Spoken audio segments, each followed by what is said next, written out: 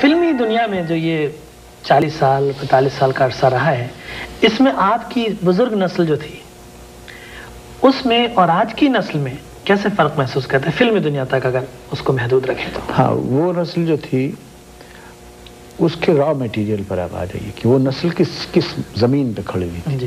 جس زمین پہ کھڑی ہوئی تھی اس میں منشی پریم چند اور سرت چندر چیٹرجی اور بنکم چندر چیٹرجی، ٹیگور، اقبال، جوش اور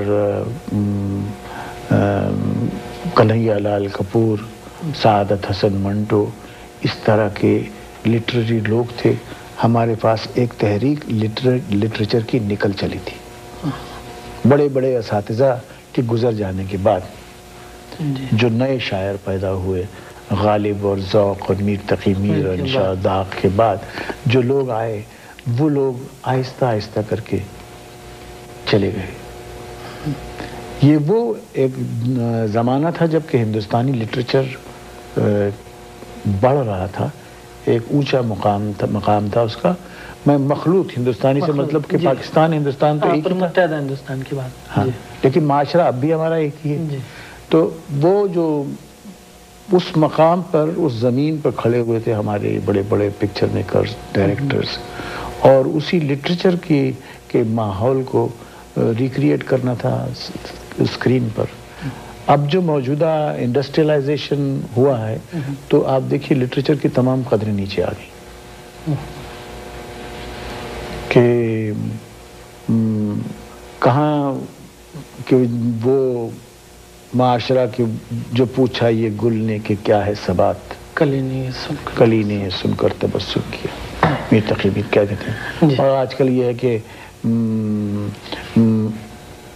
وہ لاش لٹکا دی میری قاتل نے گھر کے سامنے، لاش لٹکا دی میری. میں سن رہا تھا ایک دن ایک قوالی ہو رہی تھی، مجھے مہمان خصوصی کے طور پہ بلایا گیا تھا، اور وہ گا رہی تھی کہ لاش لٹکا دی میری قاتل نے گھر کے سامنے، کشتہ بیداد کو رکھا نظر کے سامنے، لاش لٹکا لاش لٹکا لاش لٹکا لاش لٹکا. تو یہ جو تنزل ہوا ہے ہمارے معاشرے کو، یہ لٹریچر کا ہے، کیونکہ لٹریچر کا فقدان ہے. ہمارے پاس موجودہ